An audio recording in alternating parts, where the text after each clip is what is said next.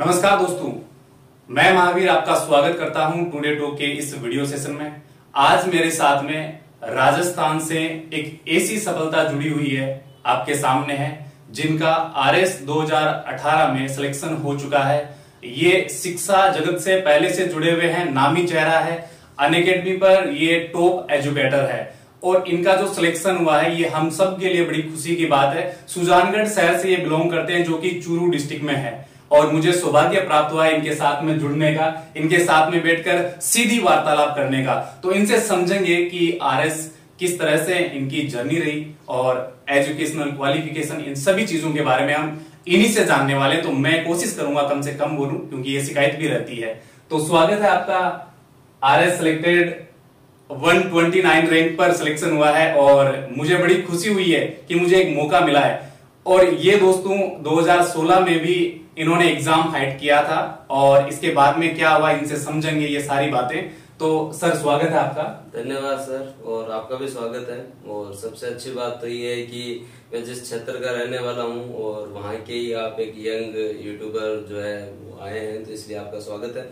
और आरएस 2016 में भी मेरी 534वीं रैंक थी और मुझे अलॉटमेंट नहीं हुआ था, चयनित था मैं, लेकिन जो है वो असफल रहा। तो उसके बाद मैंने कंटिन्यू तैयारी की और 2018 में मेरी 129 रैंक है। और जो है आप सभी 13 तारीख को ही मेरा जन्मदिन था, 13 जुलाई को, और 13 जुलाई को ही रिजल्ट आया। तो ये और अच्छा रहा जीवन के लिए, ये जन्मदिन जो है वो और अच्छा रहा, बेहतर रहा। तो आप सभी लर्नर्स का जो है स्वागत है और हम आगे बात कंटिन्यू रखते हैं। जी सर, देखिए 13 तारीख को इनका रिजल्ट आया और जन्मदिन, मतलब मेरी तरफ से दोनों ही बातों के लिए आपको बहुत ढेर सारी शुभकामनाएं। दोस्तों इनका जो 2016 में क्या होता है कि हम ज्यादा किस पर फोकस करते हैं, असफलता पर फोकस करते हैं, फिर वो सफलता अचीव होती है। तो इसमें जो बीच में जो फर्क होता है उसके बारे में समझेंगे कि क्या इसमें डिफरेंस है। आप असफल हुए तो उस असफलता का क्या रोल है आपकी सफलता में? मैं सभी को यही कहना चाहूंगा कि भाई असफलता के बाद सफलता का कुछ मजा ही अलग है। और मैं 2016 में असफल रहा और असफलता के साथ कोई नहीं होता, एक परिवार को छोड़कर, आप सबको पता है इस चीज के बारे में। असफलता के साथ सब हैं, परिवार समाज सब होते हैं, लेकिन मैं समाज के लोगों से और परिवार के लोगों से भी जो है, जो भी आपकी फैमिली में बच्चे तैयारी कर रहे हैं, उनको यही कहना चाहूंगा कि जो लोग मेहनत करते हैं उन्हें आप मोटिवेट कीजिए, क्योंकि वो आपको अच्छे से अच्छे रिजल्ट देंगे अगर आप उन्हें मोटिवेट करेंगे। समाज अगर उन्हें जो है वो सपोर्ट करेगा तो। और हाँ, मैं भी डिमोटिवेट होना, देखो मानवीय गुण है। इंसान जो है अगर असफल होता है तो एक बार तो डिमोटिवेट होना, डिप्रेशन तो नहीं हुआ था मुझे इतना, तो ऐसे तो मैं जो है मस्त मौला आदमी हूँ, ऐसा डिप्रेशन वाली तो बात नहीं थी। लेकिन भाई एक जो डिमोटिवेशन था, लेकिन मुझे ये था कि अब तो बनना ही है। जब 534वीं रैंक आई और उसके बाद अलॉटमेंट नहीं हुआ तो लोगों ने जो है कहना स्टार्ट भी कर दिया था कि आरएस बन गई है। तो फिर वहां से मैं कहा यार अब तो बनना ज्यादा जरूरी है। और ये अगर मैं आपको बताऊं सर, तो मैं कोई इतना ज्यादा मेरिटोरियस स्टूडेंट नहीं रहा हूं। और मेरी माता जी अध्यापिका है, परमेश्वरी जी, और वही मेरे प्रेरणा स्रोत हैं। और 10वीं में मैंने यहाँ सुजानगढ़ से ही जो है गाडोदी आदर्श विद्या मंदिर से जो 10वीं के 70% थे। बाल भारती से मैंने जो है 12th किया, 70% है। इंजीनियरिंग मेरा 4 वर्ष का इंजीनियरिंग 5 वर्ष में हुआ, कुछ ज्यादा जी लग गया था मेरे इंजीनियरिंग में, तो 1 साल ज्यादा लग गया, कुछ अच्छी चीजों में लग जाता है समय, तो वो उसमें मेरे 57% थे। तो कोई इतना अच्छा एजुकेशनल बैकग्राउंड, या जो है आप ये नहीं बोल सकते कि बहुत कोई रिच फैमिली बैकग्राउंड रहा है। इसलिए मुझे इसमें जो है वो सफल होना इसलिए जरूरी था कि मेरे जैसे लोग भी सफल हो सकते हैं। क्योंकि अगर कोई मेरिटोरियस है और वो सफल है तो ये तो बाय डिफॉल्ट है कि उनको तो सिलेक्ट होना ही है। लेकिन हम जैसे लोग भी बन सकते हैं, अगर हम मेहनत करें तो सफलता श्योर है। लेकिन बस कंटिन्यूटी, मेहनत, ये 2 चीज जो है ना वो किस्मत को भी पीछे छोड़ सकती है। तो आप भी लगे रहें और जरूर सफलता मिलेगी आपको। बिल्कुल। इनके बारे में एक और फैक्ट मैं आपको बताना चाहूंगा कि इन्होंने यहीं से 12th तक यानी सीनियर सेकेंडरी तक की स्टडी की, यानी सुजानगढ़ से ही, और उसके बाद में इंजीनियरिंग आपने की है। और उसमें कितने साल लगे आपको? 5 साल का समय लगा। और मैं एक फैक्ट बताता हूँ, ये इकोनॉमिक्स के शानदार टीचर है, मतलब जाने माने टीचर है। क्यों सर? हाँ, मैं अनअकैडमी पे फर्स्ट रैंक एजुकेटर हूँ और जयपुर में जो भी ऑफलाइन इंस्टीट्यूट्स हैं उन सब में मैं इकोनॉमिक्स पढ़ाता हूँ। तो ये सब स्टूडेंट्स का प्यार है सर। मैंने कभी, मुझे एज शिक्षक मैंने देखा ही नहीं। 2016 में जब सिलेक्शन नहीं हुआ था ना, तो उसके बाद में जब मैं वापस गया तो शांत समय में थोड़ा पढ़ना मुश्किल हो जाता है, क्योंकि वैकेंसी नहीं थी, आदमी कितना पढ़े। तो मैंने सोचा कि अब कुछ मैंने जो भी पढ़ा है, या मेरे को ये चीज सबसे सही लगती थी कि मुझे ये पता था कि असफलता के कारण क्या है, सफलता के राज तो चलो मेरे पास नहीं थे फर्स्ट भर्ती के अंदर। तो मैंने कहा इनको सुधारा जा सकता है, बच्चों को बताएं ताकि और बेहतर है। इकोनॉमिक्स बड़ा टफ सब्जेक्ट, और लोग जो है ना पढ़ाते हैं ना बच्चे पढ़ते हैं, बड़ा डर सा था जयपुर में। आज ज्यादा तो नहीं, लेकिन 20-30 हजार स्टूडेंट्स का सबसे फेवरेट सब्जेक्ट इकोनॉमिक्स है, जिसका रीजन ये है कि मेरा पढ़ाने का जो है वो एकदम मैं गांव का रहने वाला हूँ, और वही मेरे एग्जाम्पल है। चाहे अगर बात करें, मैं मांग सप्लाई की भी बात करूं तो मैं खड़ से स्टार्ट करता हूं। तो वही चीजें, मतलब हम गांधी जी भी ने कहा कि अगर आपकी लर्निंग जो है वो लोकल लैंग्वेज में होगी तो वो लॉन्ग टर्म मेमोरी में चली जाती है। तो इसलिए मैंने पढ़ाया, और मुझे मेरे स्टूडेंट से बहुत प्यार मिला, और आज भी मेरे स्टूडेंट और मेरे लिए बहुत ज्यादा सीनियर्स, जूनियर्स और मेरे स्टूडेंट्स, उन्होंने मुझे पॉजिटिव एनर्जी दी, मुझे कभी फील नहीं होने दिया, क्योंकि उनमें मन लगा रहा, उनके लिए मेहनत करता रहा, और इससे मेरी तैयारी बेहतर होती गई। तो मेरे जो भी स्टूडेंट्स हैं उनका भी बहुत बहुत आभार। और अभी भी आप जुड़े रह सकते हो मुझसे अनअकैडमी पर, डेली फ्री क्लासेस होती हैं 7 बजे, तो वो आप जरूर अटेंड करो। जब तक है सेवाएं तब तक लेते रहिए, और ज्यादा किसान वर्ग के लोग जो है बने तो बहुत अच्छी बात होगी। अच्छा, अभी फ्री है क्या उस पे? हाँ सर, दिन में 2 घंटे फ्री क्लासेज ही होती है मेरी। तो यूट्यूब चैनल है अनअकैडमी RPSC लाइव, तो उस पे आप जुड़े रहिए, और बढ़िया ज्यादा से ज्यादा लोग जितने जुड़ेंगे। तो RS की तैयारी कर रहे हो, चाहे आप पटवारी, LDC, रीट, किसी की भी तैयारी कर रहे हो, राजस्थान GK सब में आता है, और Rajasthan economics, Rajasthan polity, Rajasthan history, मैंने चारों सब्जेक्ट करवा रखे हैं। तो देखो, मैं तो आपको यही कहूंगा कि आज के टाइम में गाइडेंस से ज्यादा मिसगाइड ज्यादा है। हाँ, how to correct RS in 6 month, अब की बार RS सरकार 5 महीने में पाए वर्दी वाली नौकरी, ये जो है मतलब विज्ञापनों का दौर है। इस दौर में बचकर निकलना और सही क्वालिटी एजुकेशन प्राप्त करना बच्चों के लिए एक संघर्ष है। ये भी अपने आप में कंपटीशन है, RS की तैयारी भी अपने आप में एक कंपटीशन बन चुकी है। तो सही ऑथेंटिक जगह से पढ़े। भीड़ अगर कहीं ज्यादा है तो इसका मतलब ये नहीं है कि वो सही है, ऐसा नहीं कहा जा सकता, क्योंकि अगर आपने देखा होगा 2 लोग लड़ रहे हैं, वहां पे भी भीड़ हो सकती है। समाज में पॉजिटिव चीज के लिए भी भीड़ होती है और नेगेटिव चीज के लिए भी भीड़ होती है। तो ये जरूरी नहीं है कि भीड़ है इसीलिए वो चीज अच्छी है। आप अपने विवेक का उपयोग करें, और जो है आप पढ़ाई करें अच्छे से। और मैं अगर बात करूं तो मेरे परिवार वालों का बड़ा सपोर्ट रहा है इसके अंदर। इंजीनियरिंग के बाद मेरे जैसे इंसान से इतनी उम्मीद नहीं थी किसी को कि RS की तैयारी भी की जा सकती है क्या। तो मेरी माताजी जो है उन्होंने, और मेरी सिस्टर जो है, माता पिता सबका सहयोग रहा, और मुख्यतः मेरी मम्मी मेरे प्रेरणा स्रोत रहे हैं। और मेरी सिस्टर प्रियंका जो कि मेरे साथ रही पिछले 4 साल, और बहनें जो है वैसे भी घर को जो है रोशन बहनें ही करती हैं। तो और जब छोटी हो तो फिर ज्यादा, हाँ, तो इसलिए उससे मुझे पॉजिटिविटी मिली और बहुत अच्छा रहा। अब जो है यही है कि प्रशासन में जाके एक अच्छा रोल निभाए। और मैं तो चलो टॉप नहीं कर पाया, लेकिन मेरे स्टूडेंट्स जो हैं ये श्योर है कि आने वाली भर्तियों में जो है वो टॉप करेंगे। बिल्कुल, देखिए ये आत्मविश्वास किसी भी एजुकेटर में होना जरूरी है कि उसके जो बच्चे हैं, एक कहावत है मारवाड़ी में कि गुरु गुड़ रह जाता है और चेला शक्कर बन जाता है। क्यों सर? हाँ, और इसी मतलब रास्ते पर टीचर को चलना चाहिए। एक शिक्षक कहां तक पहुंचता है ये उसके लिए ज्यादा मैटर नहीं करता, उसके बच्चे कहां तक पहुंचते हैं ये मैटर करता है। सर, एजुकेटर को अपने सिलेक्शन से ज्यादा खुशी तो अपने बच्चों के सिलेक्शन से होती है सर। जैसे अभी ये कल वाला रिजल्ट जो था, उससे पहले घर वालों की सबकी अलग अलग सोच थी, सबका अपना अपना डर था। मुझे एक ही डर था कि मेरे को इसके अंदर सिलेक्शन होना चाहिए, क्योंकि अगर नहीं हुए तो मेरी हिम्मत टूटती, और मेरी टूटती तो मेरे स्टूडेंट्स की टूटती। तो मेरे एक रिजल्ट से जो है वो 15-20 हजार लोग अफेक्ट हो सकते थे। बिल्कुल सर, ठीक है। तो ये उस समय दिमाग में मेरे ये चल रहा था। हाँ, परिवार वालों के लिए और चीजें अलग थी, सेकेंडरी था, क्योंकि सारे दिन बच्चों से जुड़े रहना, दिन में 5-4 घंटे क्लासेस होती है, तो अब वो एज ए फैमिली हो गया, हर स्टूडेंट एज ए फैमिली हो गया। और जब से मैंने यूट्यूब पे स्टार्ट किया है उसके बाद में मुझे भी ऐसे मतलब फ्री एजुकेशन जा रहा है, और साथ ही साथ अगर गांव ढाणी से भी अगर कोई निकले ना, और जब कोई बोलता ना कि सर मतलब बहुत अच्छा लगा, ये सब्जेक्ट भी समझ में आ गया, तो वो अलग ही फीलिंग आती है। तो खुद बनना अपने लिए है और दूसरों के लिए कुछ करना, क्योंकि सिस्टम में जाके भी क्या करना है, लोगों के लिए वेलफेयर ही करना है। तो एजुकेशन से बड़ा वेलफेयर तो कुछ है ही नहीं। इस समाज की जो है वो नींव ही एजुकेशन है, और शिक्षक से बड़ा पद आई थिंक नहीं है, लोग नहीं मानते। मैंने ये देखा है मेरे सार्वजनिक जीवन में कि लोग जो है बड़े अधिकारी बन जाते हैं, तो शिक्षकों के प्रति एक सही सोच नहीं है समाज में। लेकिन मैं यही मानता हूँ कि सरकारी शिक्षक हो चाहे प्राइवेट शिक्षक हो, इस समाज की नींव वो ही है, और बहुत बेहतर कर रहे हैं आजकल। सरकारी स्कूलें भी बहुत अच्छी कर रहे हैं। तो यही है कि कोई भी व्यक्ति जो है शिक्षक का सम्मान जरूर करे। अगर मैं आज बना हूं तो शिक्षकों की बदौलत ही हूं, तो मैं हमेशा ही शिक्षक वर्ग का तो कर्तव्य रहूंगा ही।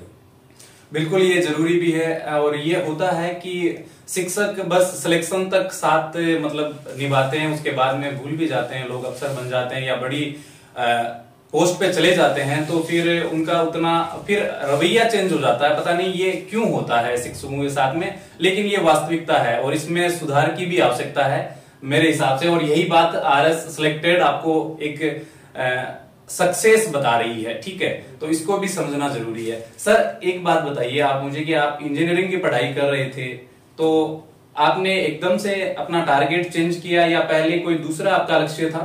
नहीं सर, अगर मैं कहूँ बचपन से मुझे आरएस बनना था तो ये बनावटी है, ठीक है। ये जो है कि मुझे बचपन से आरएस बनना था या ड्रीम था मेरा, या मुझे समाज के लिए बचपन से ये था कि मुझे कुछ करना था, ऐसा कुछ नहीं था। मैं एक सामान्य स्टूडेंट था, इंजीनियरिंग में गया और एक आवारा पक्षी की तरह मैं वहाँ पे 5 साल बिता के आया। लेकिन उसके पश्चात जीवन में आप देखो, कुछ लोग होते हैं जो हमेशा से मेरिटोरियस होते हैं, जीवन भर पढ़ते हैं और उनको पढ़ना भी चाहिए। कुछ मेरे जैसे भी होते हैं। जरूरी नहीं कि आप जीवन में हर टाइम जो है वो, अगर आप नहीं पढ़े किसी कारणवश, या गलतियां होती है, इंसान गलतियों का पुतला है, तो अगर आप 10th में नहीं पढ़े, 12th में नहीं पढ़े, कॉलेज में नहीं पढ़े, कोई डजेंट मैटर, कोई मैटर नहीं करता। आपका एजुकेशनल बैकग्राउंड क्या है, आपका सोशल बैकग्राउंड क्या है, आपका जो है वो फैमिली बैकग्राउंड क्या है, कोई डिपेंड नहीं करता है। केवल और केवल एक चीज है, वो है मेहनत और धैर्य। अगर उस पर आप टिके हुए हो तो कभी ना कभी सफलता जरूर मिलेगी। मैं 2015 में जब कॉलेज से चौकदा में वैसे हो गया था, और वैसे मेरी ऑफिशियली 2015 में इंजीनियरिंग हुई, तो कॉलेज से मैं निकला, तो फिर जब वास्तविक जीवन में व्यक्ति जो है कॉलेज के बाद ही पहुंचता है, कॉलेज में तो एक अलग ही जीवन होता है। तो उसके बाद मुझे लगा कि अब तो लाइफ में कुछ करना चाहिए। और जब मैं घर रहा उस दरमियान, तो उस समय जब मैं थोड़ा बहुत जीके पढ़ा करता था, तो मेरी मम्मी ने मुझे ये कहा कि तुझे आरएस की तैयारी करनी चाहिए। और मैंने उसी बात को स्टार्ट करके और मैंने जयपुर जाके स्टडी की, और सेल्फ स्टडी ही की है मैंने। और मैं आपके माध्यम से भी कह देता हूँ, अगर कोई कोचिंग का प्लेटफॉर्म अगर मेरा नाम दे तो वो गलत है, क्योंकि 2016 में मैं असफल हुआ था, तो उस संस्था ने 2016 में असफलता का जब क्रेडिट नहीं लिया, तो सफलता का क्रेडिट जो है किसी संस्था का हक नहीं है। और संस्थाएं अगर बेहतर करें तो क्या पता दूसरा चांस देना ही नहीं पड़े। और मैंने मेरी सेल्फ स्टडी की है, और 2018 की वैकेंसी से पहले से मेरा किसी कोचिंग से एज ए स्टूडेंट संबंध नहीं रहा है। एज ए टीचर मैं 10 कोचिंगों में पढ़ाया हुआ हूँ, लेकिन मैं एज ए स्टूडेंट किसी का भी विद्यार्थी जो है कोचिंग नहीं बोल सकते। विद्यार्थी हूँ मैं, मेरे दोस्तों का विद्यार्थी हूँ, मेरे टीचर्स खूब हैं उनका मैं विद्यार्थी हूँ। जाखड़ सर, जैसे जाखड़ सर जो हमेशा मेरे जो है मार्गदर्शक रहे। मेरे दोस्त विकास जी शर्मा, उनके साथ मैंने तैयारी की है और उन्होंने सहयोग भी किया है। हाँ, उनका नहीं हो पाया आरएस में, लेकिन वो मेरे लिए एज ए शिक्षक ही थे। हम दोनों बैठकर 5-6 घंटे पढ़ा करते थे, संडे सैटरडे साथ में रहा करते थे। जब मैं फर्स्ट टाइम मैंने दिया था, तो मेरा दोस्त अशोक डेलू गडरा रोड बाड़मेर का है, तो उसके साथ मैंने पढ़ाई स्टार्ट की थी। और श्योर है मुझे कि इस बार उसका भी सिलेक्शन होगा इस वैकेंसी में, वो एलिजिबल हो चुका है। तो वो चलो मेरे से छोटा था, लेकिन उसका सहयोग मानता हूँ मैं। मेरे दोस्त हैं अपने डीबीएन हॉस्टल से राकेश बिरडा भाई साहब, तो उनसे मेरी जो है वो फर्स्ट टाइम में मैं उनके साथ रहता था। तो मतलब व्यक्ति कहीं से भी सीख सकता है, सीखने के लिए जरूरी नहीं है, सीखा इंसान से जाता है, तो एक दूसरे से हम सीख सकते हैं। और कोई बोलता है कि खुद अगला सिलेक्टेड नहीं, उससे आप क्या सीख सकते हो जीवन में? ये आप याद रखना, सफल इंसान नहीं बता सकता कि उसके लिए क्या सही है, क्योंकि सफलता के बाद उसे हर चीज सही लगती है। लेकिन असफल आदमी बता सकता है कि कौन सी चीजें जो है वो गलत हुई है। तो यही है सब। और यही असफलता से सीखने को भी मिलता है। हाँ सर। और इसी से पता चलता है कि आगे हमें कौन से भाग में मेहनत करनी है। जब 2016 में आपका हो गया था, कौन सी रैंक थी उसमें? 534वीं रैंक। 534वीं रैंक। 730 पोस्ट थी टोटल। हाँ। 534 रैंक थी, तो उसमें अलॉटमेंट नहीं हुआ था। अच्छा, उसमें सर कहाँ कमी रह गई थी, थोड़ा बता सकते हैं उसके बारे में? हाँ, नए स्टूडेंट्स को मैं यही कहूंगा, जब हम फर्स्ट टाइम जब आरएस की तैयारी करते हैं तो हम टाइम मैनेजमेंट और सब्जेक्ट मैनेजमेंट में चूक जाते हैं। हम कोचिंगों की वजह से जो है कुछ सब्जेक्ट में इतना मन लगा लेते हैं कि पीछे वाले रह जाते हैं। जब जीवन में सामंजस्य नहीं हो और सब्जेक्ट में सामंजस्य नहीं हो तो फिर बाद में सफलता बड़ी मुश्किल हो जाती है। कुछ संस्थाएं, या अगर हम बात करें तो ये पूरा का पूरा जो आपका एजुकेशनल सिस्टम है, इसमें कुछ सब्जेक्ट्स पे ज्यादा ध्यान दे दिया जाता है और कुछ रह जाते हैं। फॉर एग्जांपल, इतिहास पढ़ते रहते हैं, 60 नंबर का ही इतिहास है, 60 नंबर का ही एथिक्स है। इतिहास के अगर आप नोट्स बनाएं तो इतिहास के नोट्स 2000 पेज में भी कवर ना हो और एथिक्स के 200 पेज में हो जाए। आप 8 महीने एक ऐसा सब्जेक्ट पढ़ रहे हैं जो कि आपके 60 ही नंबर का है, और दोस्तों 8 महीने में आप 600 नंबर के सब्जेक्ट भी कवर कर सकते हो। तो फर्स्ट टाइम में जो चूक हुई थी, मेरे इतिहास से कोई मतलब समस्या नहीं है, फेवरेट सब्जेक्ट है मेरा, लेकिन मैं कह रहा हूँ टाइम मैनेजमेंट मस्ट और सब्जेक्ट मैनेजमेंट। अगर आपको हिस्ट्री अच्छा लगता है तो आपको पब्लिकेट भी लगना चाहिए। जिस दिन आपको एक सब्जेक्ट बहुत ज्यादा अच्छा लगने लग जाता है, उस दिन दूसरे सब्जेक्टों की अवहेलना होनी स्टार्ट हो जाती है। हिंदी इंग्लिश पे ध्यान दीजिए, लैंग्वेज सबसे स्कोरिंग है, और सबसे मस्ट है सब्जेक्ट मैनेजमेंट। सब सब्जेक्टों को वैल्यू दो, तभी जाके सब सब्जेक्ट नंबर देंगे सर। यही बिल्कुल। ये क्या होता है कि नए बच्चों के साथ में हो जाता है कि वो थोड़ा भ्रमित हो जाते हैं, कहानियां अच्छी लगती है उन्हें, और कोचिंग में प्राय जो है हिस्ट्री से स्टार्ट किया जाता है। तो टाबर नया नया जोश में होता है तो हिस्ट्री चलती रहती है 5-6 महीने, तो उसे भी लगता रहता है कि काम बढ़िया चल रहा है। हाँ, लेकिन उस हिस्ट्री का रोल जो है वो प्री में 10-15% का है, मेंस में तो जो है वो 10% का ही नहीं है। तो उसकी वजह से जब टाइम निकल जाता है और लास्ट में जब हम एक सब्जेक्ट में बहुत ज्यादा टाइम दे देते हैं ना, तो फिर बाद में लास्ट टाइम के अंदर और सब्जेक्ट का टाइम छीन लिया जाता है। तो वही है। तो सर, इसका एक आसान तरीका मैं आपसे जानना चाहूंगा कि सब्जेक्ट का जो वेटेज होता है एग्जाम में, तो उसका भी पता तो रहता है कि सिलेबस क्या है। जीवन अगर मुश्किल है तो तरीके आसान नहीं हो सकते। तो आसान तरीका तो जो है वो नहीं है, तरीके जो है वो आपके स्मार्ट हो सकते हैं। ठीक है, आप स्मार्ट अप्रोच के साथ पढ़ो तो आप कवर कर सकते हो। तो यही है कि आप सब्जेक्ट के पढ़ने से पहले सिलेबस देखें। सिलेबस देख के आप पता लगाएं कि ये, जैसे मैं आपको कई एग्जाम्पल दे सकता हूँ। जैसे फॉर एग्जाम्पल अगर हम बात करें प्री और मेंस में अंतर ये है कि आपका मिडाइवल और एंशिएंट हिस्ट्री जो है, मध्यकाल और प्राचीन भारत, वो है ही नहीं मेंस में। उनको 5 महीने पढ़ के और फिर पता चलता है कि वो मेंस में नहीं है। और जब वो चीज मेंस में है ही नहीं तो फिर उसके ऊपर ज्यादा लोड लेने की जरूरत ही नहीं है, कि उस सब्जेक्ट को बिना मतलब वो बढ़ा देते हैं। हम कई चीजों पे ध्यान ही नहीं देते हैं, जैसे राजस्थान पॉलिटी कोई पढ़ाता ही नहीं है, जो कि बहुत इंपॉर्टेंट सब्जेक्ट है। ठीक है, राजस्थान इकोनॉमिक्स कोई नहीं पढ़ाता है, तो हम इंडियन पॉलिटी में कॉन्स्टिट्यूशन पढ़ते रहते हैं, लेकिन दूसरी चीजों पे हम ध्यान नहीं देते हैं। तो सब्जेक्ट मैनेजमेंट मस्ट है। और मैं तो विद्यार्थियों को यही कहना चाहूंगा कि देखो, एक चीज आप ये सीख के रखना, सफलता जो है वो समय का सवाल है, मिलेगी एक दिन जरूर। और अगर देवताओं में देखा जाए और अगर हमारे शास्त्रों में देखा जाए, तो अगर सरस्वती माता के प्रति अगर आप ईमानदार हो ना, तो आपसे हर देवता खुश है। अगर आप शिक्षा का सम्मान करते हैं और जी लगा के अगर आपने पढ़ाई कर ली ना, तो फिर आपसे हर देवता खुश है। शिव जी की भी कृपा है, बालाजी की भी कृपा है, सबकी है, क्योंकि शिक्षा के साथ सब कुछ आएगा। तो आपके पास बेरोजगारी में खोने के लिए कुछ नहीं है, और बेरोजगारी समाज में सबसे बड़ी गाली है। तो अगर इससे निकलना है तो आप ये मत सोचो कि अगर ये नहीं हुआ तो क्या होगा। जीवन में अगर आप मेहनत करोगे तो आपके लिए बहुत कुछ लिखा हुआ है। लास्ट टाइम अगर मैं 534 की जगह 434 पे होता तो मैं जरूर अलाइड सर्विस में कहीं अटक जाता, और क्या पता मैं नहीं पढ़ता वापस। लास्ट टाइम में रह गया तो ये मेरे लिए अच्छा रहा कि इस बार मैं कुछ बेहतर कर पाया, और साथ ही साथ बेहतर करने के माध्यम से मैं इतने बच्चों को पढ़ा पाया। नहीं तो मैं केवल मेरा बन के रह जाता। तो वो उस समय तो मुझे लगा कि अपने साथ ही बुरा क्यों हुआ, अपन क्यों रह गए, असफलता अपने को क्यों मिली।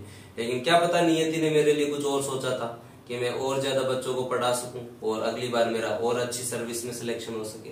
तो ये मान के चलना, अगर आपने ईमानदारी से पढ़ाई की ना, अगर आप अपने गोल के लिए जो ईमानदार है ना, तो फिर आपको लोड लेने की जरूरत नहीं है। और मैं दो शब्द जो है वो समाज को भी कहना चाहूंगा यहाँ से, कि समाज जो है वो बच्चों का सपोर्ट करे। माता पिता करते हैं, साथ ही साथ परिजन और साथ ही साथ आपके परिवार के जो रिलेटिव्स हैं वो भी करें। क्योंकि वैसे अगर ना भी करे तो भी बच्चों के ऊपर कोई ज्यादा फर्क नहीं पड़ेगा। क्योंकि अगर आप मध्यम वर्ग के मेरे जैसे विद्यार्थियों को अगर आप ताने भी मारेंगे तो ये ताने जो है वो हवन के अंदर घी के समान होंगे, और आपके ये ऐसे अगर ताने आएंगे तो इससे मेरे जैसे कपिल चौधरी और भी निकलेंगे। लेकिन अगर आप सहयोग करना स्टार्ट कर दें तो फिर और कपिल चौधरी भी निकल सकते हैं, और लोग भी मेरे से बेहतर कर सकते हैं। तो ये समाज पर डिपेंड करता है कि उसका एजुकेशन सिस्टम कितना अच्छा होगा। ये केवल और केवल जो है स्कूल डिसाइड नहीं कर सकता, परिवार डिसाइड नहीं कर सकता, ये चीजें डिपेंड करती है सोसाइटी पे। तो आप अपने आसपास के लोगों से जो है वो ईर्ष्या ना करें, उन्हें प्रमोट करें। कोई अगर मोहल्ले में, समाज में, गांव में बच्चा पढ़ रहा है तो जब वो छुट्टी आता है तो उसे डीमोटिवेट ना करें, उसे पढ़ने दें, उसे मोटिवेट करेंगे, यहाँ बेटा तेरा होगा। गांव में कोई अगर आर्मी की तैयारी कर रहा है, गांव में बैठे ग्वाड में लोग मिनट में कहते ओ ये बढ़ेगा जवान, उसे डिमोटिवेट करने के लिए। या बैठे बैठे पीपल गट्टे पे ताश पीटते हुए कह देते हैं ओ ये जो है वो भाई क्या कर रहा है, तैयारी कर रहा है, कब से तैयारी कर रहा है, जीवन भर तैयारी करोगे क्या। तो ये जो चीजें होती हैं वो बच्चों को डिमोटिवेट करती हैं। वैसे तो मैं बच्चों को तो यही कहूंगा कि इन चीजों को तुम तो पॉजिटिवली लो, और तुम तो मन में सोचो कि मैं बोल के जवाब नहीं दूंगा, मैं तो रिजल्ट के साथ जवाब दूंगा। हाँ, ये हो सकता है कि सफलता के साथ सब हो, और ये तो समाज का रुझान ही है, इसमें गलत क्या है। मैं बच्चों को यही कहूंगा कि आप लोगों को खुश मत करो, क्योंकि आपको खुश करने की जरूरत नहीं है। अगर आप बन गए तो मैंने नहीं सुना कि आज तक कोई एसडीएम, तहसीलदार, आरपीएस, थानेदार से कोई नाराज है। सुना आपने? नहीं नहीं, बिल्कुल आप कोई किसी एसडीएम से, किसी से कोई नाराजगी? कोई नाराजगी होती नहीं है भाई। तो अगर आप पढ़ोगे, आप लग जाओगे तो आपसे सब खुश हैं, और वैसे भी ये खुश तो है नहीं। हाँ। तो आपको समाज के बारे में सोचने की जरूरत नहीं है। सफलता के साथ समाज आपके साथ होगा। अगर असफलता में समाज साथ होने लग जाए तो यहाँ से बहुत सिलेक्शन आ सकते हैं, और खास करके हमारे क्षेत्र से सुजानगढ़, शेखावाटी क्षेत्र, जिसमें सोशल स्ट्रक्चर थोड़ा कहीं ना कहीं जो है वो कमजोर हो चुका है। मारवाड़ के अच्छे रिजल्टों का कारण यही है कि वहाँ पे एक दूसरे का सहयोग और जो अपनत्व जो है ना वो सही में काबिल तारीफ है। जो हमारे यहाँ कमी आ रही है इसको हमें सुधारना चाहिए। जो परिजन ये सुन पा रहे हैं उन्हें भी सोचना चाहिए इस बारे में। बिल्कुल एकदम सही बात है इनकी। इन्होंने यही कहा है कि भी अगर हम बात करें लोकल एरिया सुजानगढ़ की या आसपास के एरिया की या चूरू डिस्ट्रिक्ट की, तो यहाँ अक्सर ऐसा देखने को मिलता है कि जो सफल व्यक्ति है वो असफल लोगों को थोड़ा कम ही मोटिवेट करते हैं। मतलब वो कोऑपरेशन का भाव नहीं है। हाँ। और ये होना जरूरी है। देखिए, अगर आप सफल होते हैं ना तो आपकी सफलता का मजा तभी है कि आप सफल होने के बाद कईयों को सफल करो पीछे, तब आपकी सफलता का सही जो परिणाम है वो निकलेगा। अदरवाइज चलो ठीक है, आज इनका कपिल जी का सिलेक्शन हो गया है, इनकी ज्वाइनिंग हो जाएगी, इसके बाद में ये अधिकारी बन जाएंगे। मान लो अगर कोई इनके सामने कोई बच्चा आता है और इनसे कुछ जानकारी लेता है और ये उससे कतराते हैं, तो मेरा मानना वो गलत है। और अगर ये सही सलाह देते हैं तो उस बच्चे के मन में ये होता है कि मुझे आरएस सिलेक्टेड या जिस भी पोस्ट पर ये जाए, एसडीएम बने, कि उन्होंने मुझे ये बोला है। मैं यही कहना चाहूंगा कि भाई आज पूरा सुजानगढ़, चूरू में बीकानेर, मेरे सारे जूनियर सीनियर्स जो आज खुश है, और आज सब जो है वो मन से भी लोग खुश है। तो उनको क्या मिला इससे? भाई आरएस तो मैं लगा, मेरे परिवार को फायदा हुआ, ठीक है, तो ये तो मेरा व्यक्तिगत हुआ ना। तो जब मैं किसी के काम ही नहीं आ पाया तो ये इतने लोग क्यों खुश हैं? तो ये इतने लोग खुश हैं तो इनके लिए कुछ किया जाए। तो जो भी लोग बने हैं या जो भी किसी की सहायता करने के लिए सक्षम है वो जरूर करें। स्टूडेंट्स को जरूर बताएं, परिवार में बच्चों को जरूर बताएं, सही गाइड करें। टैलेंट की कोई कमी नहीं है, क्योंकि चूरू जो है वो प्रतिकूल परिस्थितियों से हमेशा वाकिफ रहा है। आप याद रखें, सारी सर्दी हो या गर्मी हो, अकाल हो, सबसे ज्यादा हमारे यही है। तो जब प्रतिकूल परिस्थितियों में हम सरवाइव करके यहाँ रहे तो हमसे ज्यादा मेहनती तो कोई है नहीं। और मेहनती अगर हम हैं और हमें गाइडेंस मिल जाए तो फिर बाद में रिजल्टों की कोई कमी नहीं है। तो ये चीजें जो है वो मतलब जो सफल है उन्हें भी माननी चाहिए कि सफलता के बाद व्यक्ति जो है वो सबसे पहले समाज से कट हो जाता है। तो आई थिंक उस सफलता का कोई सेंस भी नहीं है। अगर आप दो जनों के काम ही नहीं आ सको तो फिर वो क्या सफलता है? बिल्कुल सही बात है, और ये भाव होना भी सब में जरूरी है। कपिल जी, मैं एक सवाल आपसे करना चाहूंगा कि बच्चे जब तैयारी शुरू करते हैं तो उनके सामने क्या होता है, एक मतलब अंधेरा होता है, फिर उनको जो लाइट का स्विच होता है ना वो नहीं मिल पाता है, और उसके चक्कर में उनके 1 साल 2 साल तक खराब हो जाते हैं। एक बच्चे को अपने हिसाब से अगर डिसीजन लेना हो किसी भी सक्सेस के लिए, चाहे वो कोई भी पोस्ट हो, एसआई की हो, चाहे वो आरएस से कोई भी पोस्ट हो, या फिर तैयारी कर रहा हो, या फिर कोई आईपीएस की तैयारी कर रहा हो, यूपीएससी के किसी एग्जाम की तैयारी कर रहा हो, या कोई भी एग्जाम हो, तो वो कंफ्यूज रहते हैं कि भी हम कैसे शुरुआत करें। अगर मान लो मैं एक एग्जांपल के तौर पर मैं आरएस की तैयारी करना चाहूं अभी से, तो मैं ये मानता हूं कि भाई मैंने अभी तैयारी नहीं की है, मैं आज से शुरू करना चाहता हूं, तो उसको कहां से शुरू करना है? क्या उसको कोई बता दे कि बस उतना करना चाहिए, या उसके अकॉर्डिंग डिसाइड होगा? देखो, ऐसे अगर सबको बता दिया जाए तो बड़ा सरल हो जाए पढ़ना, और मेरा तो प्रयास यही रहता है कि मैं जितना हो सके उनको बता सकूं। और क्योंकि इसमें यही है कि मैंने जो 6 साल लगाए हैं, और वो 6 साल का सार अगर मैं 6 महीने में किसी बच्चे को दे दूं या 1 साल में भी दे दूं, तो उसको वो दुख नहीं पाना पड़ेगा जिस कंटेंट के लिए हम परेशान रहे। तो ये तो हम लोगों की रेस्पॉन्सिबिलिटी है कि हम बता पाए। फिर भी अगर स्टूडेंट स्टार्ट करे तो बेसिक जो है, देखो ये जो एग्जाम है ये कोई इतना मतलब इंटेलेक्चुअल लोगों का आप नहीं बोल सकते, ये जो है मेहनती लोगों का एग्जाम है। तो आप जो अगर बात करें तो इसमें जो क्वेश्चन का पैटर्न है 2 नंबर, 5 नंबर और 10 नंबर। जब हम 10वीं में हुआ करते थे संजीव पासबुक, और जब हम पढ़ा करते थे तो लघुतरात्मक, अति लघुतरात्मक और वृहदात्मक प्रश्न आते थे, देखा करते थे अपन। वही पैटर्न है, वही हिंदी के अंदर लेख लिखने हैं, वही विलोम शब्द, वही पर्यायवाची। तो थोड़ा सा स्कूलिंग अच्छी हो, और सबसे बड़ी समस्या होती है कि आपके बच्चे जो हैं वो 12वीं के बाद कॉलेज में भटक जाते हैं, और कॉलेज से फिर वो 5 साल की गैप से फिर बाद में कोचिंग में क्या पढ़ते हैं। आप सोचिए, कभी अगर आपने शिद्दत से सोचा भी है तो टापर कोचिंग में साधारण ब्याज पढ़ रहा है, तो उसे 10वीं और 12वीं में वही पढ़ाया गया था, और कोचिंग में जाके वापस महाराणा प्रताप को पढ़ा जा रहा है, तो कोचिंग से पहले भी वो पढ़ाया हुआ है, और उत्प्रेरक भी पढ़ाया हुआ है, और अगर हम बात करें तो पर्यायवाची, संधि, समास भी पढ़ाए हुए हैं। तो थोड़ी सी कंटिन्यूटी खत्म ना हो, और अगर जो बच्चा अफोर्ड नहीं कर पाता, आज लाखों रुपए की फीस और जयपुर में जाके रहना 15,000 रुपए पर मंथ, तो 10-15 हजार रुपए लगते हैं, तो मैं यही कहूंगा ऑनलाइन एजुकेशन बेस्ट है, बस सोच समझ कर, क्योंकि ऑनलाइन भी अपने आप में गोरख धंधा है। इसमें आपको कंटेंट कहाँ अच्छा मिले कहाँ नहीं मिले ये बड़ी समस्या है। कुछ लोग जो हैं वो, मैं किसी का इंडिविजुअल नाम नहीं लूं, लेकिन रिकॉर्डेड कोर्स और इस प्रकार से बेच दिए जाते हैं कि उनमें आपको एक साथ 50 किलो लाडू कोई दे दे, तो क्या काम के वो लाडू। मतलब एक तो आपको डेली कोई क्लास दी जाए, तो लाइव इंटरेक्शन मस्ट है। तो आई थिंक मेरा पर्सनली ओपिनियन यही रहेगा। मैं अकेडमी का top educator, first rank educator हूँ, तो मैं तो यही कहूंगा अगर आप मुझसे पढ़ना चाहते हो मुझे फॉलो करो। और मेरा टेलीग्राम चैनल है target RS with Kapil Chaudhary, यही मेरा यूट्यूब चैनल है। शाम को 7 बजे डेली फ्री क्लास होती है, सारा राजस्थान जी के जितना देखो मेरे पास कंटेंट है, जब तक मेरी ज्वाइनिंग नहीं है 4-5 महीने में सारा कंटेंट बच्चों को दूंगा। ठीक है, अगर कोई सुजानगढ़ का स्टूडेंट, आसपास का स्टूडेंट पढ़ रहा है तो वो मेरे से प्रत्यक्ष रूप से आके मिल सकता है। इंस्टाग्राम अगर आप चलते, देखो सोशल मीडिया का यूज लेना सीखे आप। अगर आप इधर उधर घूम रहे हो और इंस्टाग्राम पे टाइम वेस्ट कर रहे हो तो वहां पे अच्छी चीजें भी है। मेरा खुद का पेज है rpsc.mission, 41,000 स्टूडेंट जुड़े हुए हैं, तो डेली वहां पे करंट जीके की और चीजें डाल दी जाती है ताकि लोग जो है एक्टिव रहें, पढ़ते रहें। तो यूटिलाइज करो अपने टाइम को, टाइम मैनेजमेंट मस्ट है। और मैं आशा करता हूँ कि इस क्षेत्र से आने वाली वैकेंसी में बहुत अच्छे रिजल्ट आए, क्योंकि बड़ा सूखा रहा है। ढाका जी एसडी बने थे, उसके बाद में यहाँ पर जो है पिछले 15-20 सालों से जो है वो इतने अच्छे रिजल्ट नहीं है। बीच में हुए थे सिलेक्शन, तो भंवर बदाला सर जो है वो SCTO लगे थे, उसके बाद में मांडिया जी भी लगे थे। तो हाँ, इस बार मेरा भी रिजल्ट रहा है, लेकिन प्रॉपर SDM की अब भी जो है वो यहाँ पे कमी है। तो अच्छी मेहनत अगर ये क्षेत्र करेगा, क्योंकि समाज और क्षेत्र तभी सशक्त होता है जब हमारी प्रशासनिक पकड़ हो। अगर हम प्रशासन में जाएंगे तो हम अपने क्षेत्र के लिए भी कुछ कर पाएंगे। तो आप जो है, मैं बच्चों से यही कहूंगा ज्यादा से ज्यादा तैयारी करें, और पूरे राजस्थान के स्टूडेंट ही तैयारी करें, यही कहना चाहूंगा। बिल्कुल, देखिए जितना टाइम इनके पास में बचा हुआ है भाई, जब इनकी ज्वाइनिंग हो जाएगी तो ये फिर समाज सेवा का काम करेंगे, समय नहीं मिल पाएगा।